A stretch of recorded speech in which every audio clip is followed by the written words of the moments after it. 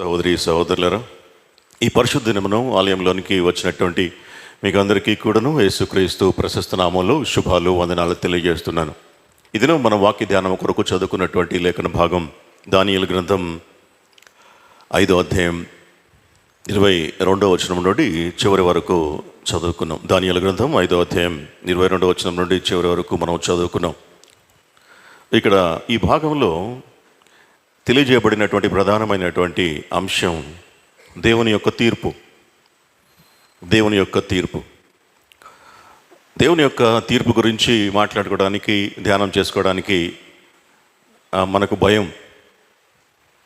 దేవుని తీర్పు ఎక్కడ వస్తుందో అనేటువంటి భయం. చాలా రోజుల క్రిందట మనం క్యాలెండర్ వేసినప్పుడు క్యాలెండర్లో మొదటి మాసంలోనే వాక్యం, ఇదిగో నేను త్వరగా వచ్చుచున్నాను,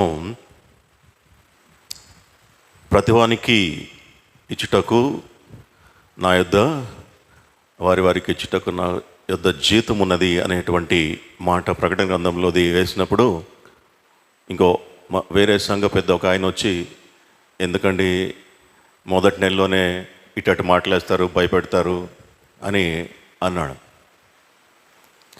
అంటే తీర్పు అంటే భయం. మీరు ఎవరు నిద్రపోవడానికి లేదు. చాలామంది నిద్రపోతున్నారు. నిద్రపోతూ ఉంటే ఒకటి దేవుని నామానికి అవమానం, ఇంకొకటి నేను బోరు కొట్టిస్తున్నాను అని అర్థం. నేను విషయం లేని మాటలు చెప్తున్నట్టు అర్థం. అర్థం చేసుకోవాల్సి వస్తుంది నేను. కాబట్టి ఎవరైతే నిద్రపోతారో వారి పైన కెమెరా ఫోకస్ అవుతుంది. ఇప్పుడు 2 స్క్రీన్ పైన ఎవరు కనబడతారో అప్పుడు నిద్రపోయే వాళ్ళే కనబడతారు. కాబట్టి నిద్రపోతే మాత్రం అది జరుగుతుంది ఖచ్చితంగా. కరుణాకర్ రెడ్డి ఎటుపోయినాడు, ఉన్నావా? ఇక్కడే కూర్చోవాలి. కాబట్టి నిద్రపోవద్దు. కనుక తీర్పు అనేటువంటిది సాధారణంగా మనుషులకు భయాన్ని కలిగిస్తుంది. దేవుని రాకడ మనుషులకు భయాన్ని కలిగిస్తుంది. భయపడాలి. భయపడి దేవుణ్ణి విశ్వసించాలి, దేవుణ్ణి వెంబడించాలి. మన భయము దేవుణ్ణి వెంబడించేటువంటిదిగా ఉండాలి, కానీ దేవునికి దూరం అయిపోయేటువంటిదిగా ఉండకూడదు కదా. భయపడాలి. ఇక్కడ మనం చదువుకున్నటువంటి వాక్య భాగంలో బబులోను సామ్రాజ్యంలో జరిగినటువంటి సంఘటన. ఈ బబులోను సామ్రాజ్యాన్ని సర్గోన్ అనేటువంటి ఒక రాజు దాన్ని స్థాపించాడు. బబులోను నాగరికత 2000 క్రీస్తుకు పూర్వం 2000 సంవత్సరముల క్రితమే ఉన్నది. ఆ రోజుల్లో క్రీస్తుకు పూర్వం 2000 సంవత్సరాల క్రితం అంటే మొత్తం కలిసి ప్రపంచంలో ఒక 5-6 రాజ్యాల కంటే ఎక్కువ ఏమీ లేవు. మొత్తం ప్రపంచంలో ఒక 5 లేకపోతే 6 పెద్ద రాజ్యాలు ఉండే, అంతే. వాటిల్లో ఒకటి బబులోను సామ్రాజ్యం. గొప్ప నాగరికత కలిగినటువంటి శక్తివంతమైనటువంటి దేశం. ప్రపంచ రాజ్యాల్లో ప్రముఖమైనటువంటి రాజ్యం. క్రీస్తు పూర్వం 597వ సంవత్సరంలో ఇశ్రాయేలు దేశం మీదకి, ఇశ్రాయేల్ దేశం చిన్న దేశం, బబులోను చక్రవర్తి నెబుకద్నెజర్ దండయాత్రకు వచ్చి వారిని ఓడించి వారి దేవాలయంను పడగొట్టేసి వారందరినీ కూడాను చెరలోనికి, అనగా బబులోనికి తీసుకొని వెళ్ళాడు. దాదాపు 70 సంవత్సరములు ఇశ్రాయేలీయులు బబులోను సామ్రాజ్యంలో వాళ్ళు బందీలుగా ఉన్నారు, చెరలో ఉన్నారు. కాబట్టి ఈ సంఘటన మనం చదువుకున్నటువంటి వాక్య భాగంలో జరిగినటువంటి సంఘటన బబులోను రాజు అయినటువంటి నెబుకద్నెజర్ యొక్క కుమారుడైనటువంటి బెల్షాజర్ టైంలో జరిగినటువంటి సంఘటన అది.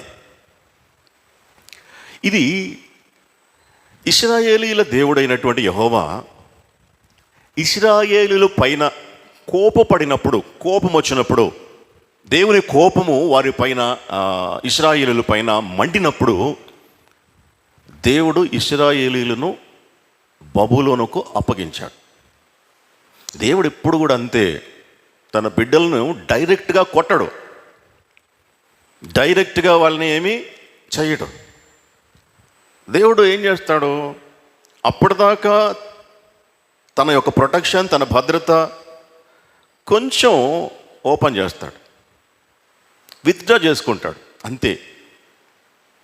శత్రువు వచ్చి పైన పడతాడు, వారి మీద విజయం సాధిస్తాడు. ఇశ్రాయేలీయుల చరిత్ర అంతా కూడాను ఇదే రిపీట్ అవుతా వస్తూ ఉంది. దేవుని మాట వినకపోతే దేవుడు డైరెక్ట్గా కొట్టడు. దేవుడు కొడితే ఇంకేముంది, మనుషులు ఉంటారా? ఉండరు. దేవుడు తన యొక్క భద్రతను, కాపుదలను కొంచెం తీసేస్తాడు పక్కకి. పక్కన వెంటనే శత్రువులు వచ్చి దండెత్తుతారు. మన జీవితాల్లో కూడా అంతే. దేవునికి ఎప్పుడైతే విధేయులుగా ఉండమో, దేవుని మాట ఎప్పుడైతే వినమో, దేవుడు ఏం చేస్తాడంటే మన పైన మన పొరుగు వారిని హెచ్చిస్తాడు, మన పైన మన శత్రువులకు విజయం ఇస్తాడు. అది చాలా బాధాకరం కదా. అది చాలు మనకు శిక్ష. కాబట్టి ఇక్కడ కూడా అదే జరిగింది. దేవునికి కోపము తెప్పించారు ఇశ్రాయేలీయులు. దేవునికి యొక్క కోపము వారిపైన రగులుకున్నది, మండింది. అందుకే దేవుడు వారికి తీర్పు తీర్చాడు. మనము ఇక్కడ చదువుకున్నటువంటి వాక్య భాగంలో బబులోను రాజు అయినటువంటి బెల్షాజరు విషయంలో కూడాను దేవుని కోపం మండింది. బెల్షాజరు ఎవరు? అన్యుడు. నెబుకద్నెజరు ఎవరు? అన్యుడు. దేశాలపైన అధికారం ఇచ్చేది దేవుడే. వారు దేవుణ్ణి నమ్మని నమ్మకపోని తర్వాత విషయం, అది దాంతో సంబంధంలే. దేవుణ్ణి నమ్మినా నమ్మకపోయినా, విశ్వసించినా విశ్వసించకపోయినా, మనుషులకు రాజ్యాలపైన అధికారము కలుగజేయువాడు దేవుడు. రాజుగా నియమించేటువంటి వాడు దేవుడు. ఇప్పుడు మనం అనుకుంటాము, గట్టిగా ప్రార్థన చేయాలి, ఈసారి మన గవర్నమెంట్ రావాలా. అదంతా కాదు. దేవుని చిత్తం ఏ గవర్నమెంట్ రావాలి, ఏ పాలకుడు రావాలి, దేశాలపైన రాజ్యాలపైన ఎవరిని ఉంచాలి అనేటువంటిది ఆయన స్వాధీనంలో ఉంటుంది. ఇక్కడ కూడాను బబులోను నెబుకద్నెజరుకు ఇచ్చాడు, ఆయన తదనంతరము బెల్షాజరుకు ఇచ్చాడు. దేవుడు తీర్పు తెచ్చడము ఒక్కొక్కసారి లేట్ అవుతుందేమో, కానీ తీర్పు తీర్చడం అనేటువంటిది మాత్రం తథ్యం. లేఖనం ఏం చెప్తుందంటే, త్వరగా తీర్పు రాకపోవుట చూచి జనులు భయము వీడి ప్రవర్తిస్తారంట. అంటే చేసిన తప్పుకు వెంటనే తీర్పు రావడం లేదు కదా. అందుచేత జనులకి భయం అనేటువంటిది లేకుండా దేవుని మీద భయము వీడి ప్రవర్తిస్తారంట. ఆ విధంగా ఇశ్రాయేలీయుల జీవితంలో జరిగింది. దేవుడు వారికి తీర్పు తీర్చాడు. వారు బబులోను సామ్రాజ్యానికి చెరకు అప్పగింపబడ్డారు. తీర్పు ఎప్పుడు కూడాను సడన్గా వస్తుంది. తీర్పు ఎప్పుడు కూడాను మనము ఎక్స్పెక్ట్ చేయనటువంటి రీతిలో వస్తుంది. తీర్పు వచ్చేటప్పుడు చిన్నగా పొద్దుబొడిసినట్టుగా రాదు. కొంచెం కొంచెంగా తెల్లారుతుంది. అట్టుండదు తీర్పు. తీర్పు సడన్గా వచ్చేస్తుంది. తీర్పు మనం అనుకున్నట్లుగా రాదు. దేవుడు ఒకవేళ దేవుని మాట వినకపోతే ఇట చేస్తాడేమో, అట చేస్తాడేమో. ఒకవేళ మనం పర్టికులర్గా ఆలోచన చేస్తాం, ఈ విధంగా ఆ విధంగా మనం ఎక్స్పెక్ట్ చెయ్యని రీతిలో ఉంటుంది దేవుని యొక్క తీర్పు. చాలా బాధాకరంగానూ భయంకరంగానూ దేవుని యొక్క తీర్పు ఉంటుంది అని మనము జ్ఞాపకం చేసుకోవాలి. ఇక్కడ బెల్షాజర్ ఒక గొప్ప విందు చేశాడు. రాజు అయినటువంటి బెల్షాజర్ ఒక గొప్ప విందు చేశాడు. 1000 మందికి విందు చేశాడు. తన అధిపతులలో 1000 మందిని పిలిచి గొప్ప విందు చేయించినట్లుగా 5వ అధ్యాయం మొదట్లో వ్రాయబడింది. ఆ విందు చేస్తూ ఉన్నటువంటి సమయంలో గోడ పైన ఒక మానవ హస్తపు వేళ్ళు కనబడ్డాయి. అవి గోడ పైన ఏవో రాత రాస్తున్నట్లుగా బెల్షాజర్ చూశాడు. ఒక చెయ్యి మాత్రమే కనబడతా ఉంది. ఆ చెయ్యి గోడ పైన రాస్తూ ఉంది. ఆ రాసినది ఏందో ఈయనకు అర్థం కాలేదు. అయితే భయం పట్టుకుంది, వణికిపోయాడు. ఆయనకు అర్థమైంది, ఇది ఏదో నాకు కీడు చేసేటువంటిది, ఇదేదో నాకు తీర్పును సూచిస్తూ ఉన్నది అని ఆయనకు అర్థమైంది. ఆ అర్థం అయిన వెంటనే అతని ముఖము వికారమాయను. అతడు మనస్సునందు కలవరపడగా అతని నడుము కీళ్ళు కదలి అతని మోకాళ్ళు గడ గడ వణకుచు కొట్టుకొనుచుడెను. భయపడిపోయాడు. సడన్గా అసలు ఎక్స్పెక్ట్ చేయగలరా ఎవరైనా? మంచిగా విందు జరుగుతూ ఉంది, సంతోషంగా అందరూ గానా భజానా జరుగుతూ ఉంది. రాజులు ఎట్ట చేస్తారు విందు? ఈ రోజుల్లో మనవాళ్ళు విందు చేస్తేనే చాలా ఆర్భాటం. అటువంటిది సామ్రాజ్యం, పెద్ద సామ్రాజ్యం, రాజు ఎంత గొప్పగా చేస్తాడు విందు. అంత గొప్పగా విందు జరిగేటువంటి సమయంలో సడన్గా గోడ పైన ఒక పెద్ద చెయ్యి వ్రేళ్ళు వచ్చి రాస్తూ ఉన్నాయి. ఇక ఆయనకి భయం వచ్చేసింది. అది రాసింది ఏందో అర్థం కాలేదు, ఆ లాంగ్వేజ్ ఏందో అర్థం కాలేదు. యాక్చువల్గా బబులోను వాళ్ళు మాట్లాడేటువంటి లాంగ్వేజ్ అక్కాడియన్ లాంగ్వేజ్, అక్కాడియన్ అంటారు. మరి ఆ గోడ మీద వ్రాయబడినటువంటి అది ఏందో వాళ్ళ భాష అయితే కాదు, ఇదేదో వాళ్ళు ఎరుగునటువంటి భాష. అప్పుడు బెల్షాజర్ ఏం చేయించాడంటే, 7వ వచనం, రాజు గారడి విద్య గల వారిని, కల్దీయులను, జ్యోతిష్యులను పిలువనంపుడని ఆతురముగా ఆజ్ఞ ఇచ్చి బబులోనులోని జ్ఞానులను పిలిపించాడు. చూడండి, అది రాసింది దేవుడు, ఆ రాత దేవునిది. మరి అది అర్థం కావాలంటే గారడి వాళ్ళు ఏమన్నా అర్థం చేయిస్తారా? గారడి వాళ్ళకి అర్థమవుతుంది దేవుని యొక్క రాత, దేవుని యొక్క మనసు, దేవుని యొక్క తీర్పు. జ్యోతిష్యులకు అర్థమవుతుందా? గారడి వాళ్ళకు అర్థమవుతుందా? ఈ లోక సంబంధమైనటువంటి జ్ఞానులకు అర్థమవుతుందా? దేవుని యొక్క మాటలు అర్థం చేసుకోవాలి అంటే ఏం కావాలంటాడు? కొరింథీయులకు రాసిన పత్రిక, మొదటి పత్రిక 2వ అధ్యాయము 11, 12 వచనాలు. ఈరోజు బైబిల్ చదివేవాళ్ళు లేరేమో, చదవటం లేదు ఎవరు. కొరింథీయులకు రాసిన మొదటి పత్రిక 2వ అధ్యాయము 11, 12 వచనాలు.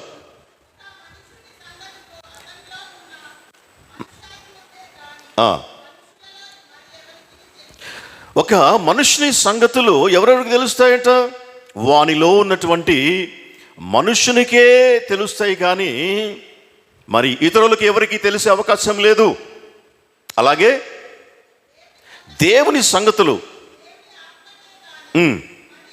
దేవుని ఆత్మకే కానీ మరి ఎవరికి తెలియవు.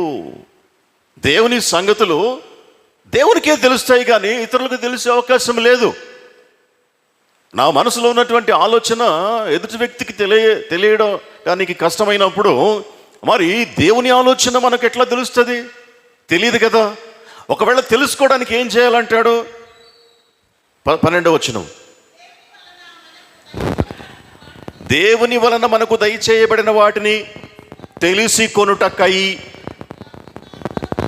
మనము లౌకికాత్మను కాక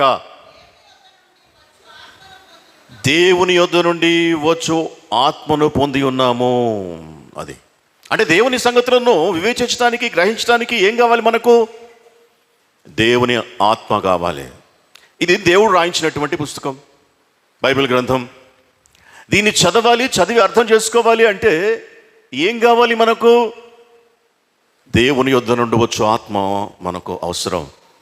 ఇవి దేవుని సంగతులు. ఇవి దేవుని సంగతులను మనుష్య ఆత్మతోటి ఒకవేళ వివేచించితే, చదివితే అర్థమవుతుందా?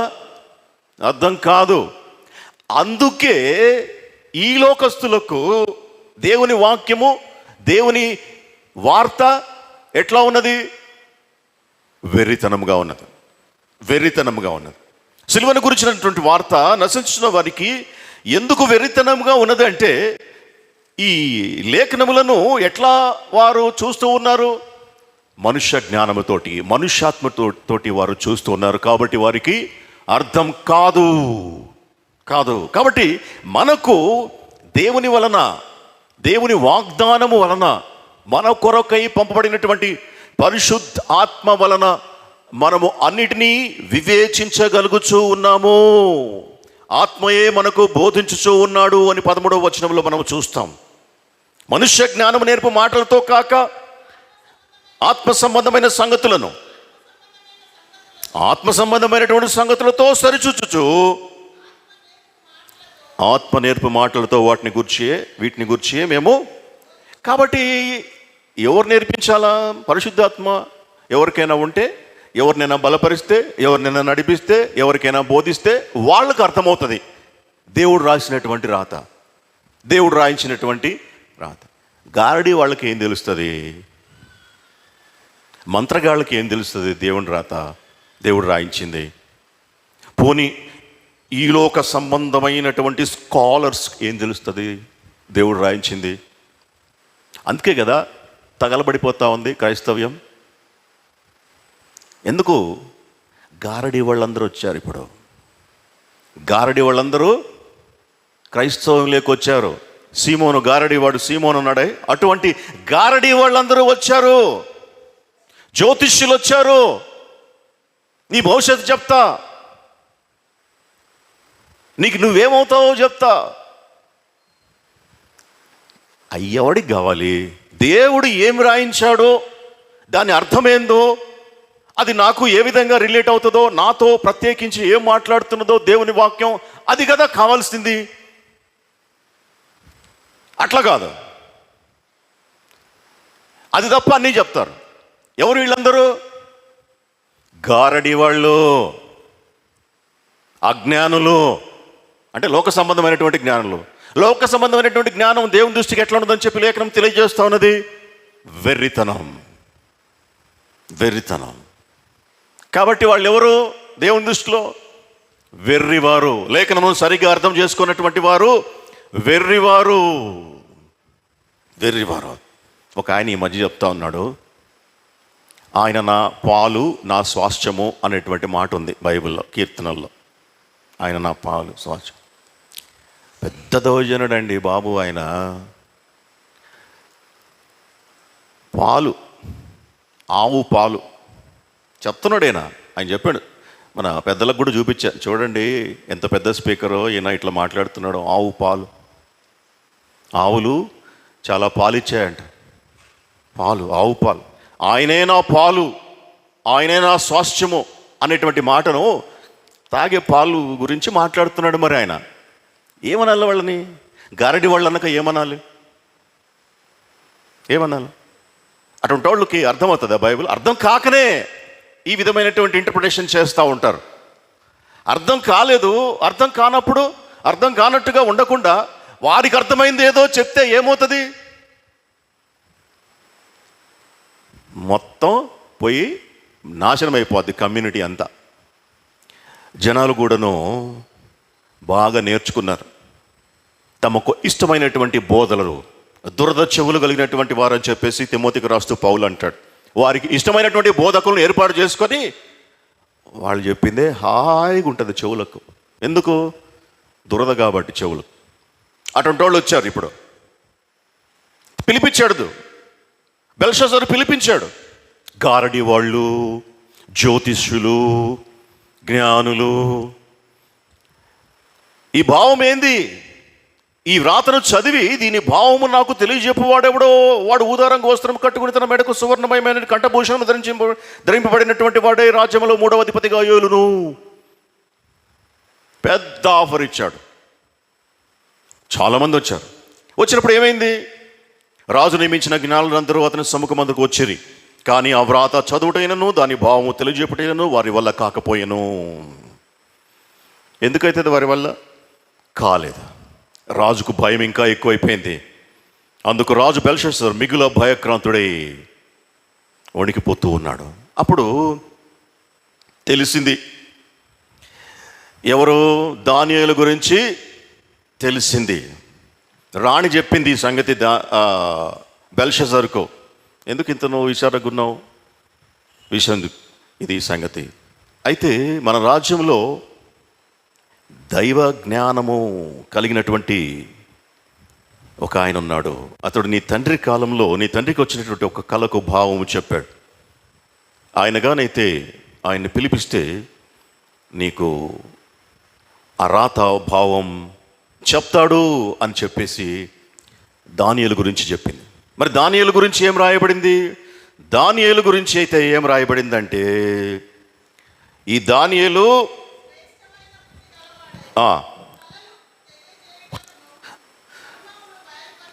11వ వచనం, నీ రాజ్యంలో ఒక మనుషుడు ఉన్నాడు, అతడు పరిశుద్ధ దేవతల ఆత్మ గలవాడు,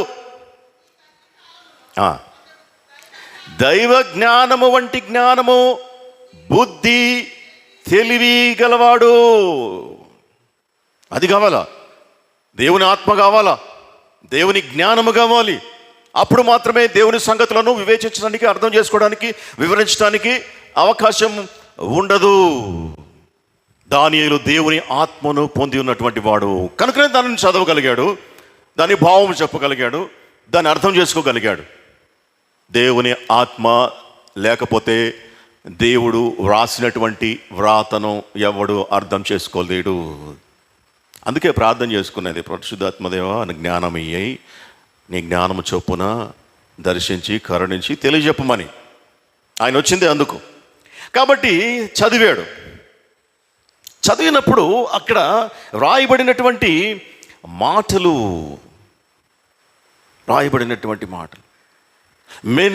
మెనే టెకెల్ ఉఫార్సిన్.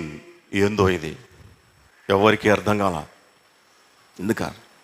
దేవుని కోపం, దేవుని యొక్క ఉగ్రత ఆయనకు తీర్పు రూపంలో వచ్చింది. దేవుని యొక్క తీర్పు అది. ఎందుకు వచ్చింది తీర్పు? ఆయన చేసినటువంటి తప్పు అది. నీ మనస్సును నువ్వు అణుచుకొనక అంటాడు. మనస్సును అణుచుకోకపోతే దేవుని తీర్పు వస్తుంది. ఉప్పొంగితే దేవుని తీర్పు వస్తుంది. హెచ్చించుకుంటే దేవుని తీర్పు వస్తుంది. దానియేలు చెప్పినటువంటి మాట ఏమంటే బెల్షస్సరుకు, నీ మనస్సును నీవు అణుచుకొనక, 23వ వచనంలో అంటాడు, పరలోకమందున్న ప్రభువు మీద నిన్ను నీవే హెచ్చించుకుంటివి. నిన్ను నీవే హెచ్చించుకుంటి. ఇది దేవునికి చాలా కోపం. మనల్ని మనము హెచ్చించుకోవటం దేవునికి భలే అసహ్యమైనటువంటి కార్యం. మనల్ని మనము తగ్గించుకుంటే ఆయనకు ఇష్టం. మనల్ని మనము తగ్గించుకుంటే ఎదుటివాడు మనల్ని హెచ్చిస్తాడు. అంతకంటే గొప్పది ఏంటంటే దేవుడు మనల్ని హెచ్చిస్తాడు. మనలను మనము హెచ్చించుకుంటే పక్కవాడు మనలను తగ్గిస్తాడు. మనమే ఇటెత్తుకున్నాం అనుకోండి, ఎదుటివాడు వచ్చి ఒక దెబ్బ కొడతాడు. దేవుడు ఏర్పాటు అది. మనకై మనం హెచ్చించుకున్నామంటే కొట్టేస్తాడు. తగ్గించుకుంటే దేవుడే హెచ్చిస్తాడు. ఈయన హెచ్చించుకున్నాడు, దేవుని తీర్పు వచ్చేసింది. మెనే అనేటువంటి మాటకు అర్థం ఏమంటే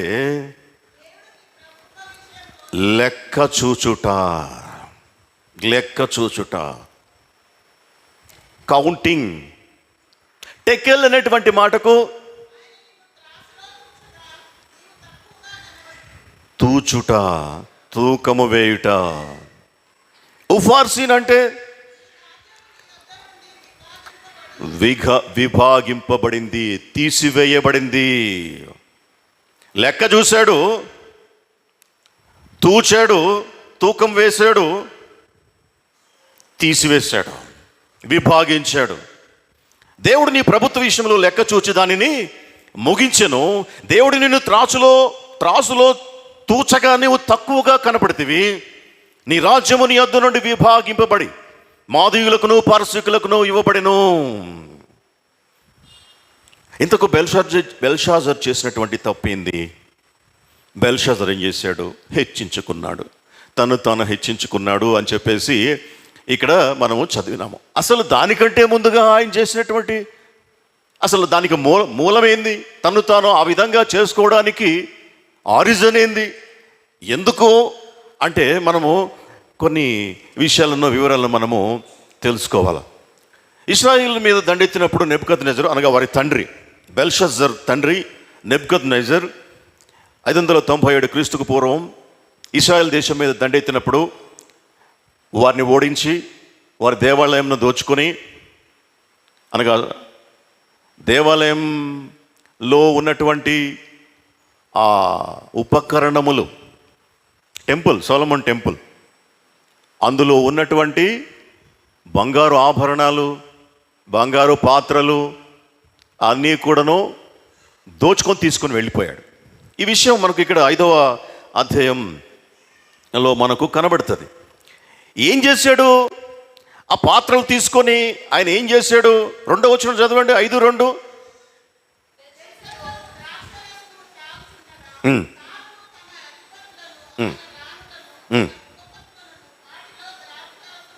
దేంట్లో పోసాడు? వేటినైతే దేవుని యొక్క ఆలయములో నుండి తీసుకొని వచ్చాడో ఆ పాత్రలు, ఆ బంగారు పాత్రలు, వాటిలో ద్రాక్షారసం పోసి తన తండ్రి యొక్క నెబుకద్నెజరు యెరూషలేములో నుండి ఆలయంలో నుండి తెచ్చిన వెండి బంగారు పాత్రలు తెమ్మని ఆజ్ఞాపించి తెచ్చిన తర్వాత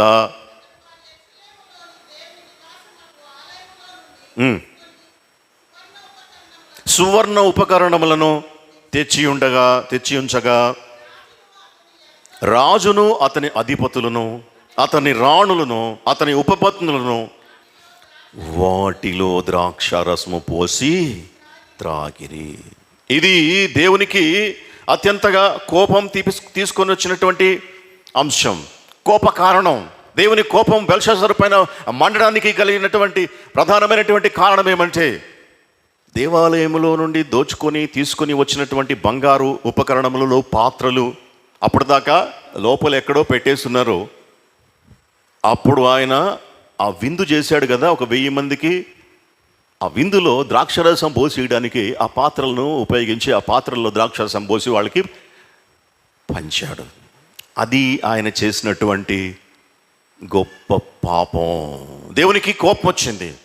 అంటే ఎందుకు దేవునికి కోపం వచ్చింది అంటే, బంగారు పాత్రలు అవి సరే, అవి వాటిల్లో ద్రాక్షరసం పోస్తే దేవునికి అంత కోపం రావాలనా?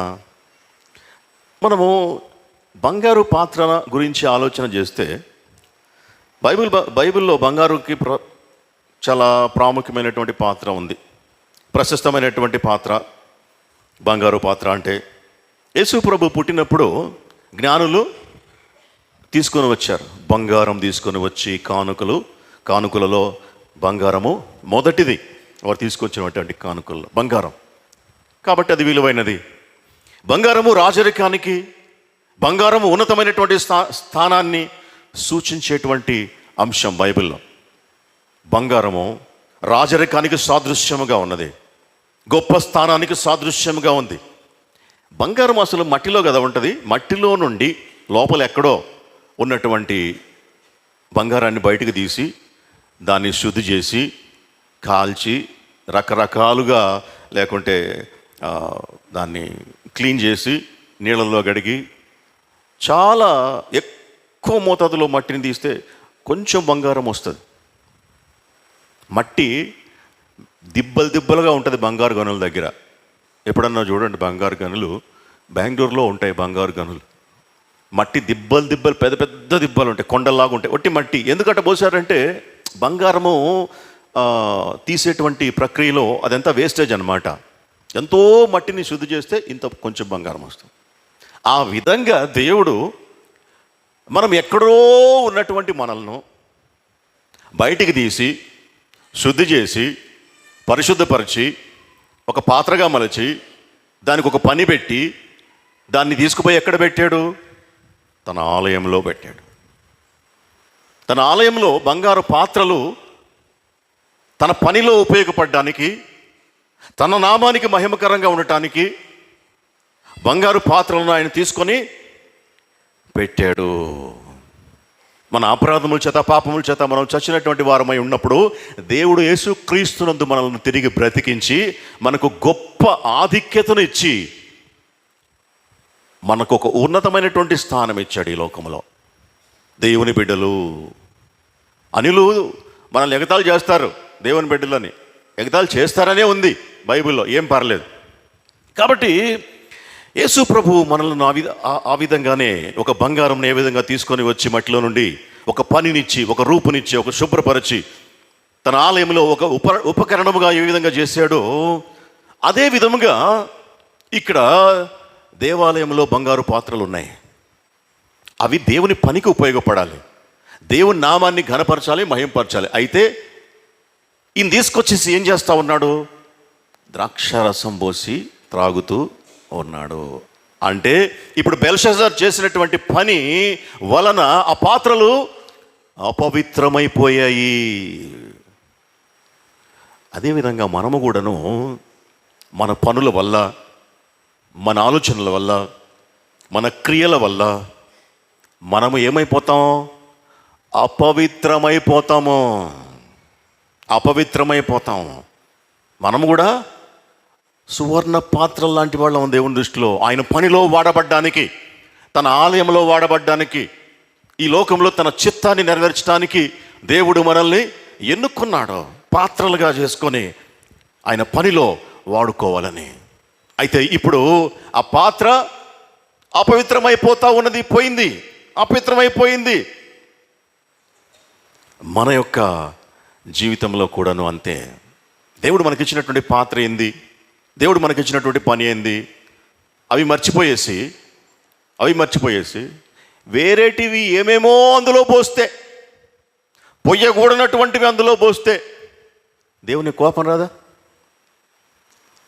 కోపం వస్తుంది, తీర్పు వస్తుంది. అందుకే తీర్పు వస్తుంది. ఆ పాత్రలో వేయకూడనటువంటివి, పోయకూడనటువంటివి పోస్తే దేవుడు ఊరుకుంటాడా? అపవిత్రం చేసుకుంటే దేవుడు ఊరుకుంటాడా? మీ దేహములు దేవాలయములై ఉన్నవని మీరు ఎరుగరా? ఆ దేవాలయములు దేవునికి ఇష్టమైనటువంటివి ఉంచాలా, పోయాలా, కానీ మనకిష్టమైన అన్నీ అందులో పోసుకుంటే అపవిత్రమైపోదా? అపవిత్రమైపోతే ఆయన ఊరుకుంటాడా? ఊరుకోడు. మన ఔన్నత్యము దేవుడు మనకు తెలియజేస్తూ ఉన్నాడు.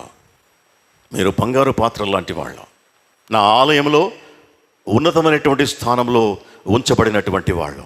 దానిని మరిచి, ఆ స్థానం మరిచి మనల్ని మనము అపవిత్రపరుచుకున్నట్లయితే దేవుని కోపం రగులుకుంటుంది, దేవుని తీర్పు మన మీదకి వస్తుంది. లేఖనం చెప్పేటువంటి మాట, తీర్పును గురించినటువంటి బోధనలు మనకు భయం. అందుకే ముందే చెప్పుకుంది, భయమైనా మనము వినాల్సిందే, భయమైనా మనము చదువుకోవాల్సిందే, మన జీవితాలను మనం పరిశీలించుకోవాల్సిందే, పరీక్షించుకోవాల్సిందే. అందుకే దేవుడు రాయించి ఉంచాడు. మనకిష్టమైన చదువుకోవడానికి కాదు, మనకు అనుకూలంగా ఉన్నటువంటివి బోధించుకోవడానికి కాదు బైబిల్ ఉండేది. ఉన్నది ఉన్నట్టుగా మనం కనీసం సంవత్సరానికి 1-2 సార్లైనా తీర్పు గురించి, అంతం గురించి ధ్యానించుకోకపోతే దేవునికి కోపం రాదు? దేవునికి కోపం వచ్చింది బెల్షజర్ పైన. అపవిత్రపరిచావు. కొరింథీయులకు రాసిన మొదటి పత్రిక 10వ అధ్యాయము 21-22 వచనముల్లో ఈ విధంగా రాయబడి ఉన్నది. కొరింథీయులకు రాసిన మొదటి పత్రిక 10వ అధ్యాయం 21-22 వచనములు కానీ చదివినట్లయితే, మీరు ప్రభువు పాత్రలోనిది, దయ్యముల పాత్రలోనిది కూడా త్రాగనేరరు. మీరు ప్రభువు పాత్రలోనిది, దయ్యముల పాత్రలోనిది రెండు కూడాను ఇక్కడ అది అక్కడ అది రెండు కూడాను కలిపితే దేవుని కోపం రాదా? అదే అంటున్నాడు పౌలు ఇక్కడ. త్రాగ నేరరు, ప్రభువు బల్ల మీద ఉన్న దానిలోను దయ్యముల బల్ల మీద ఉన్న దానిలోను కూడాను పాలు పొంద నేరరు.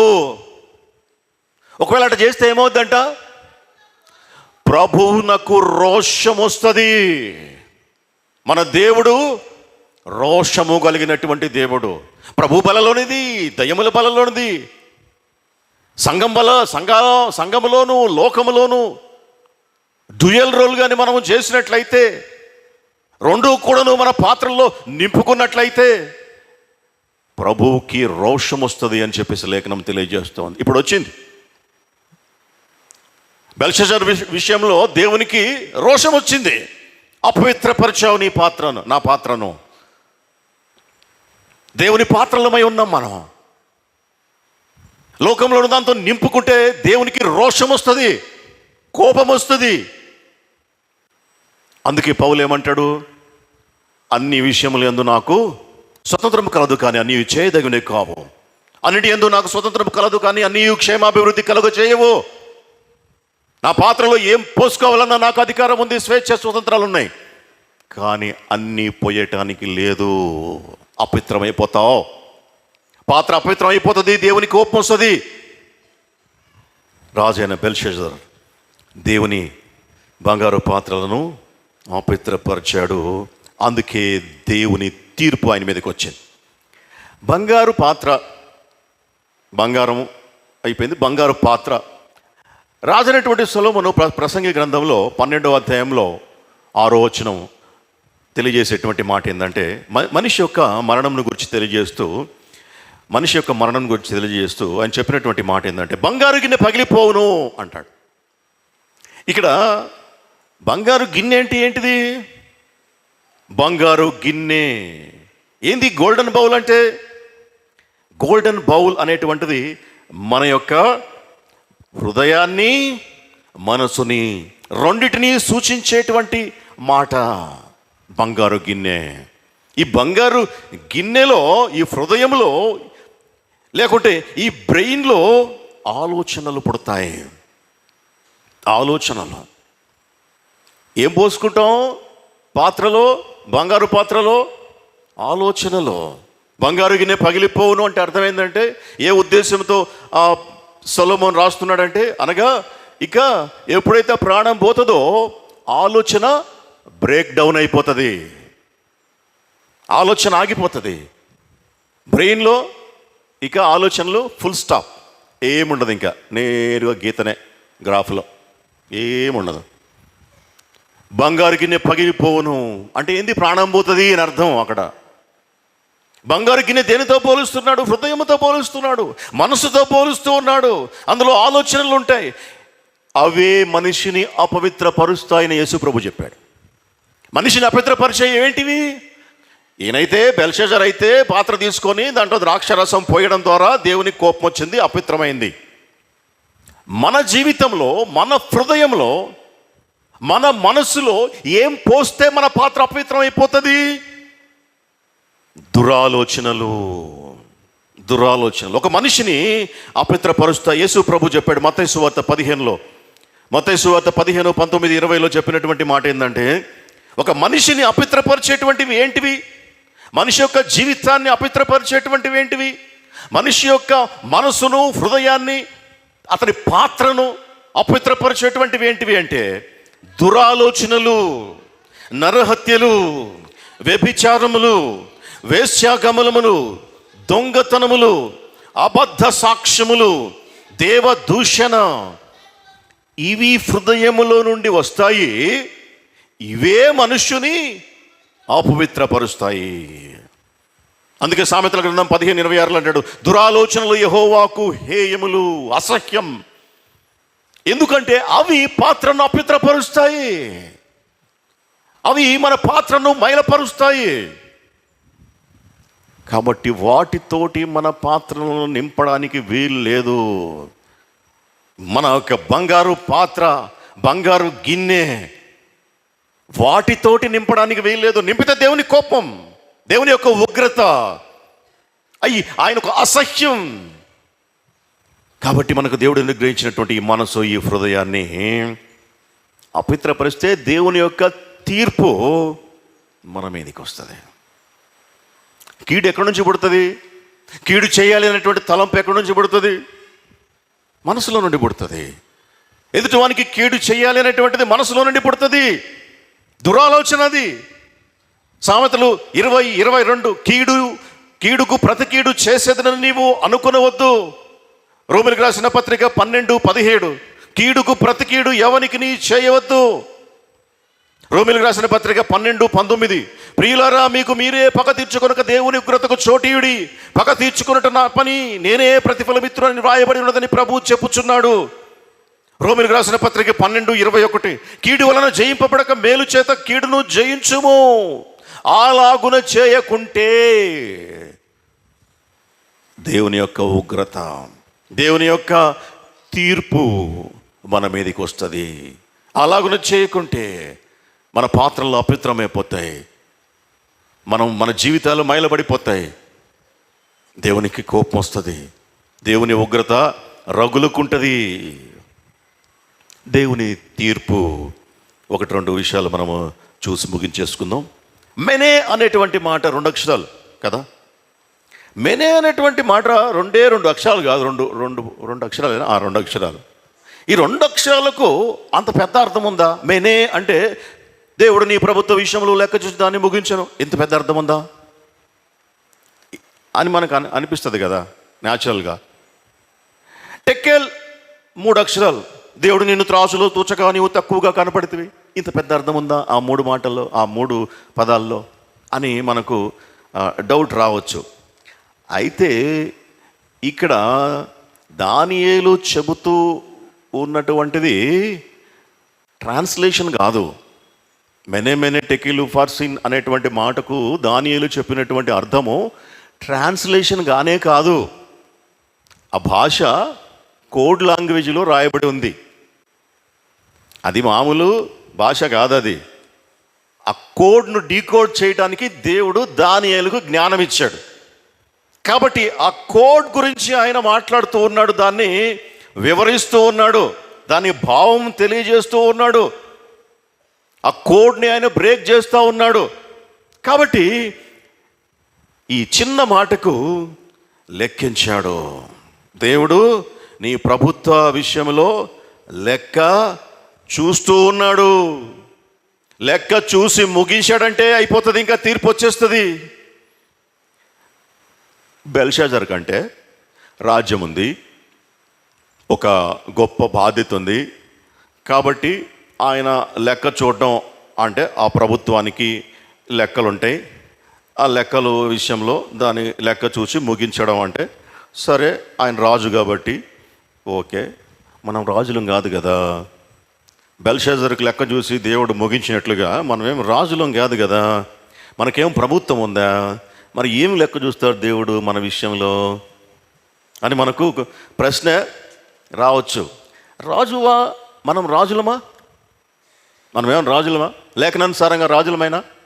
లేఖనం చెప్తా ఉంది రాజులే, మీరు రాజులైన యాజక సమూహం అని చెప్పేసి 1 పేతురు 2:9 లేఖనం తెలియజేస్తూ ఉంది.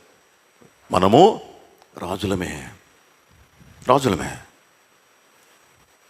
మన జీవితానికి మనం రాజులం, మన కుటుంబానికి మనం రాజులం, అంతే కదా. మన కుటుంబాన్ని ఏలవలసినటువంటి యజమానులు మనమే కదా. మన కుటుంబంలో మన నిర్ణయమే చెల్లుబాటు అవుతుంది, కాబట్టి మనమే రాజులం. మన కుటుంబంలో మన ప్రభుత్వమే నడుస్తుంది. అందులో జరిగేటువంటి ప్రతి నిర్ణయము, ప్రతి తప్పు, ప్రతి ఒప్పు, ప్రతి పాపము, ప్రతి అతిక్రమము అన్నీ కూడాను మనం తీసుకునేటువంటివే, మనం చేసేటువంటివే. కాబట్టి ఇవన్నీ కూడాను దేవుడు లెక్క చూస్తాడు. ఆ లెక్క దేవుడు ముగించాడంటే ఇంకా అయిపోయినట్టే కదా. దేవుడు మన ఎడల లెక్క ముగించలే, అందుకే మనం ఈ దినం వరకు సజీవుల లెక్కలో ఉన్నాము. దేవుడు లెక్క చూచి ముగిస్తే అది వేరేగా ఉంటుంది, ఆ తర్వాత వస్తుంది. ముగించలేదు కాబట్టి ఇంకా లెక్క దేవుడు చూస్తూ ఉన్నాడు. అనేకమైనటువంటి అవకాశాలు మనకి ఇచ్చి ఇంకా మారతాడేమో అని ఉపేక్షిస్తూ ఉన్నాడు. ఒకవేళ మారకపోతే లెక్కను దేవుడు ముగించేస్తాడు. లెక్క చూచి దేవుడు ముగించేదాకా మనం వెయిట్ చేయని అవసరం లేదు. ఆ విధంగా ఉండటానికే ఈ లెక్కలన్నీ దేవుడు ముందే రాయించి ఉంచాడు. అప్పుడట్ట చేశా, ఇప్పుడు నీ లెక్క కూడా చూస్తూ ఉన్నా. లెక్క చూసి ముగిస్తానంటే అయిపోతావు. కాబట్టి నువ్వు జాగ్రత్త పడు. నేను లెక్క చూసుకోకముందే నువ్వు సరి చూసుకో. నీ సొంతగా నువ్వు లెక్కను సరి చూసుకో. అందుకే బల తీసుకునేటప్పుడు ఏం చదివిస్తాము? మనలను మనము పరీక్షించుకున్న ఎడల తీర్పు పొందకపోదము. మనల్ని మనం పరీక్షించుకున్న ఎడల తీర్పు పొందాం. మన లెక్కలను మనం పరీక్షించుకోవాలి. మన జీవితాన్ని మనం పరీక్షించుకోవాలి. మన బ్రతుకును మనం పరీక్షించుకుంటే తీర్పు రాకుండా ఆగుతుంది. మనల్ని మనం పరీక్షించుకోకపోతే, స్వనీతిగా మనం ఫీల్ అయినట్లయితే, నేను చేసేది ప్రతిదీ కరెక్టే అని అనుకుంటూ అపోహలో మన జీవితం ముందుకు తీసుకొని వెళ్తూ ఉన్నట్లయితే ఏమవుతుంది? బెల్షజర్కి ఏమైంది? తీర్పు వచ్చింది. మా కుటుంబం లేదు, మాకు పిల్లలు కూడా లేరు. కుటుంబం రాజు అనుకున్నాం కాబట్టి కుటుంబం లేదు నాకు పిల్లలు లేరు, నేను ఒంటరి, నాకేం లెక్క ఉంటుంది? లెక్క పక్క ఒక్కడనే. దేహం మన దేహం దేవాలయమని మీరు ఎరుగరా? లేఖనం చెప్పేటువంటి మాట. మీ దేహము దేవునికి ఆలయములై ఉన్నవని మీరు ఎరుగరా? మరి దేవుని ఆలయమును పాడు చేస్తే దేవుడు ఏం చేస్తాడని చెప్పి లేఖనం తెలియజేస్తూ ఉంది. దేవుడు వానిని పాడు చేయును. దేవుని ఆలయం అంటే దేవుని ఆలయం. దీన్ని కానీ పాడు చేసుకుంటే, అపవిత్రపరుచుకుంటే ఏం చేస్తాడంటే దేవుడు వానిని పాడు చేయును. కాబట్టి నా నిర్ణయం నేను తీసుకుంటా, నా ఇష్టం, నేను ఇంతే, నేను స్ట్రైట్ ఫార్వర్డ్. ఇవన్నీ మనం వింటూ ఉంటాం కదా. నేను ఇంతే, నేను ఎవరికి ఇవన్నీ ఒట్టి మాటలు. ఇవన్నీ అస్సలు పనికిరాని మాటలు. ఎందుకంటే వాటి వల్ల పరీక్షించుకోవడం అసలు ఉండదు. పరీక్షించుకునేవాడు అట్ట మాట్లాడ్డు. అసలు పరీక్షించుకునేవాడు తను తాను ప్రతి విషయంలో లెక్క తాను చూసుకునేవాళ్ళు అట్ట మాట్లాడరు. హంబుల్గా ఉంటారు, ఎక్కువ మాట్లాడరు. ఆ విధంగా మన శరీరాలు దేవునికి ఆలయాలు ఉన్నాయని మనం ఎరిగి మన శరీరాలను మనము కాపాడుకోవాలి, సంరక్షించుకోవాలి. మన శరీరం మన మాట వినకపోతే కష్టమే కదా. సౌలు రాజు మనసు ఆయన మాట వినలే. ఏమైంది? కొడితే ఒక్క దెబ్బ కొడితే తన కత్తి మీద తానే పడి పోయాడు. ఏమైంది? సౌలు రాజు మనసు మాట. దావీదు కళ్ళు ఆయన మాట వినలే. ఏమైంది? తన వంశమంతా రక్తపాతమే. కొంచెం కూడా సమాధానం లేకుండా అయిపోయింది తన యొక్క కుటుంబము మొత్తం, తన యొక్క వంశం అంతా కూడాను. కారణం లెక్కల్లో తేడాలు వచ్చినాయి. అక్కడ దావీదు వ్యక్తిగత జీవితంలో లెక్కల్లో తేడాలు వచ్చినాయి. దేవుడు లెక్క చూశాడంటే చాలా కష్టం. ఇశ్రాయేలీలు అరణయాత్రలో తమ నాలుకలు తమ మాట వినలే. రుచి కావాలా మాకు, ఫుడ్ కావాలా మాకు, మాంసం కావాలా అన్నారు. ఏమైంది? దేవుని కోపం వారి మీద రగులుకుంటే వేల మంది కూలిపోయినారు. ఒకే సంఘటన. చాలా విషయాల్లో మనము అనేకమైనటువంటి లేఖనం చెప్పేటువంటి మాట, మనం అనేకమైనటువంటి విషయంలో తప్పిపోవచ్చు ఉన్నాము. ఈ అనేకమైనటువంటివి ఏంటివి అనేటువంటిది మనము తెలుసుకోవాలా, పరీక్షించుకోవాలా. మనల్ని మనం పరీక్షించుకొని ఈ పని మనము చెయ్యాలా. పరీక్ష లేకపోతే ఎట్లా? మనల్ని మనం పరిశీలించుకోకపోతే ఎట్లా? మనల్ని అభ్యంతరపరిచేటువంటి విషయాలు ఏంటివి? అభ్యంతరపరిచేటువంటి విషయాలు మన కన్న, చెయ్య, కాల నరికేయమంటాడు దేవుడు. నరికే. కన్ను అభ్యంతరపరిస్తే కన్ను నరికే, ఉడపెరికే. చెయ్యి అభ్యంతరపరిస్తే చెయ్యి నరికే అంటాడు కదా, అన్నాడు కదా ప్రభు. అంటే ఎంత సీరియస్గా దాని గురించి ఆయన ఆలోచిస్తున్నాడు అనేటువంటి విషయం మనం అర్థం చేసుకోవాలి కదా. నరికేయమంటున్నాడు అంటే ఎంత ఆ విషయంలో ఆయన పర్టికులర్గా ఉన్నాడు. మనం ఎందుకు ఉండం పర్టికులర్గా? మనం ఎందుకు అంత సీరియస్గా దాని గురించి ఆలోచన చెయ్యం? మనల్ని మనము పరిశీలించుకోవాలి. మనల్ని అభ్యంతరపరిచేటువంటివి మన శరీరంలో, మన ఇంట్లో, మన కంట్లో, మన ఒంట్లో ఉంటే వాటిని తీసివేసుకోవాలి. దుష్క్రియకు ప్రసంగి 8:1 దుష్క్రియకు తగిన శిక్ష శీఘ్రముగా కలుగపోవుట చూచి మనుషులు భయము విడిచి హృదయపూర్వకముగా దుష్క్రియలు చేయుదురు. చాలా దుష్క్రియలు మనము జరుగుతూ ఉంటాయి, చేస్తూ ఉంటాం, మన పాత్రలు అపిత్రం పరుచుకుంటూ ఉంటాం. అయితే వెంటనే శిక్ష రాకపోవడం బట్టి ఏమవుద్దులే, మనం పుట్టిన దగ్గర నుంచి ఇట్లాగే ఉంది ఈ లోకం. లోకులు అంటారంట, ఏం పర్లేదు, నెమ్మదిగా ఉంది లోకం, ఏం కాదు, మనం పుట్టిన దగ్గర నుంచి ఈ లోకం ఇట్లాగే ఉంది, ఇక ముందు కూడా ఇట్లాగే ఉంటుంది, ఏం కాదు అంటారంట. అయితే స్త్రీకి ప్రసవ వేదన కలుగునట్లుగా స్టార్ట్ అవుతుంది దేవుని తీర్పు. సడన్గా వస్తుంది, అనుకొనని గడియలో వస్తుంది తీర్పు. తీర్పును మనము తప్పించుకోవాలి. ఆయన ప్రేమ గలవాడు, దీర్ఘశాంతుడు కాబట్టి మన లెక్క ముగించాడంటే ఏమైంది? ఈ రాజుకు లెక్క ముగిస్తే ఆ రాత్రి ఏంది? కల్దీల రాజుకు బెల్షస్సరు సేమ్ నైట్, అదే రోజు రాత్రి అయిపోయింది. ఆయనకు బదులుగా ఎవరు వచ్చారంట? మాదియ పారసీక దర్యావేషు ఆయన ప్లేస్లో వచ్చి రాజాడు అదే రాత్రి. చూడండి ఎంత క్విక్గా వస్తుంది దేవుని తీర్పు. దేవుని తీర్పు చాలా వేగంగా వస్తుంది, సడన్గా వస్తుంది. మనల్ని మనం పరిశీలించుకోవాలి, పరిశోధించుకోవాలి, పరీక్షించుకోవాలి.